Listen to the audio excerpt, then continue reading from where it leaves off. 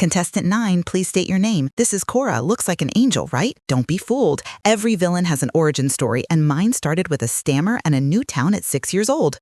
Welcome to the neighborhood. I'm Mr. Hayes. This is my daughter, Blair. What's your name, sweetheart? Cora.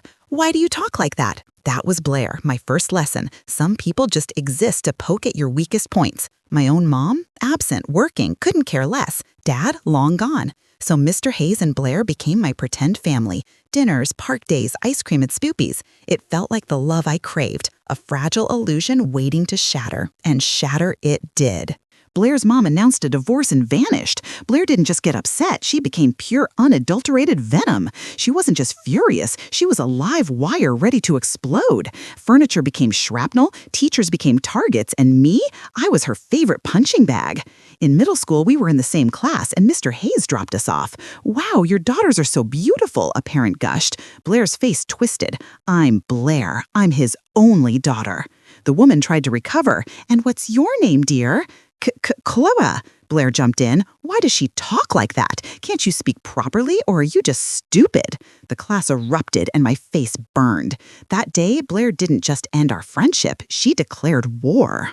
Years crawled by, each one a fresh battleground. My triumphs were her targets. Opening night of the play, my costume got a surprise worm infusion. My birthday, always eclipsed by her lavish party, paid attendance mandatory for the cool kids. My science fair volcano, unplugged and reduced to a sad, wet pile of papier-mâché just as the judges walked by. But her masterpiece of malice, my middle school graduation speech. "What this glitch here is trying to say," she interjected, snatching the mic, "is we did it! Party at my house! Only cool people should show up." If it wasn't for Mr. Hayes, I would have evaporated from her life. "You shouldn't be ashamed of something you can't control," he told me once. "Your stutter makes you unique." I clung to that like a lifeline. He was the only good thing in my life. High school arrived, and my stutter was fading, my confidence growing. I was killing it in English class, rattling off words like esoteric and querulous. The teacher saw potential, a regional spelling bee. But that night, as I clutched the brochure, Blair's backyard party rattled my walls. My classmates beckoned. I went. Just as I was about to sign up, Blair snatched the paper. "A spelling bee? Please, you trip over your words." Then the spotlight moment. "Why don't you show us what you've got? Your word is pathetic. I'm sure you're quite familiar with that." She ripped the brochure into confetti. Something snapped. I took a step. Blair stumbled back, right into her own pool. "You pushed me," she shrieked, soaked and sputtering. I stared her down. "No, Blair, your attitude just slipped." I bolted, leaving her to her rage. The school was buzzing by Monday. Someone filmed Blair's unhinged meltdown. She looked like a drowned rat spitting fire. My teacher signed my spelling bee application. That night, practicing words, I heard my mother arrive early. "Mom, I got into the spelling bee," I exclaimed, hope bubbling. Her response, "Cora, that's great, but I'm working, no distractions." Later, Blair slithered through my window. "Relax, Miss Broken Record, I'm here to apologize." She looked contrite. I saw the video. I looked crazy. It wasn't okay. I gave her water. Maybe, just maybe, this was real. But the next day, my English teacher looked at me like I'd stolen her soul. "Cora, you will not be attending class. I've pulled my recommendation."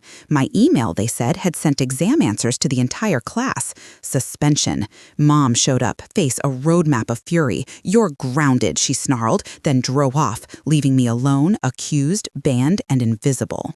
I spent the next day studying, a quiet fury building inside. Failure, dismay. Yeah, I was leaning into the drama. When I returned to school, I was public enemy number 1. The entire class had failed thanks to the answers from my email. Lonely didn't even cover it. I found Mr. Hayes at Scoopy's. He listened, truly listened. Back in the principal's office, he demanded answers, insisting on seeing the email timestamp. Wait, I realized, I was recording my spelling practice. The video showed everything. Me leaving, Blair entering, typing on my laptop, sending the email. She did this. Blair was dragged in. "Dad, what are you doing here?" He showed her the video. "You framed Cora." I did not. Then the words that stopped time. "Of course you defend her. She's never been innocent. Remember that night you and Mom screamed about your little affair? When we both found out Cora is your daughter?"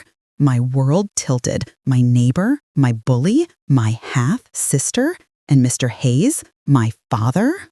Blair got suspended, then arrested for property damage after she hurled my new trophy through the convention center window later that day. I used the prize money to help Mateo's mom, who, it turned out, Blair had blackmailed him into flirting with me to distract me. He needed the money for his mom's treatments, he said. He confessed, pushed me out of the way of a slime trap, Blair said, desperate for my forgiveness.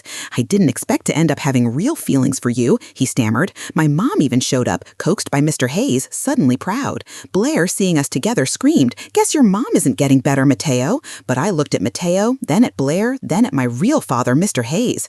"You didn't lose your dad to me, Blair," I said, my voice steady. "You lost him because of you. You could have been my sister. Instead, you chose to be a liar, a bully, and a sad little lowlife." I turned to Mateo, my voice cold as ice. "I may have a stutter, but I don't need to hurt people to be heard, and my self-worth won't allow me to be with someone who thought it was okay to play with my feelings for any reason. Ever. I gave him the money, but not my heart. I told my mom I was staying with Dad, and for the first time, I felt truly, savagely free.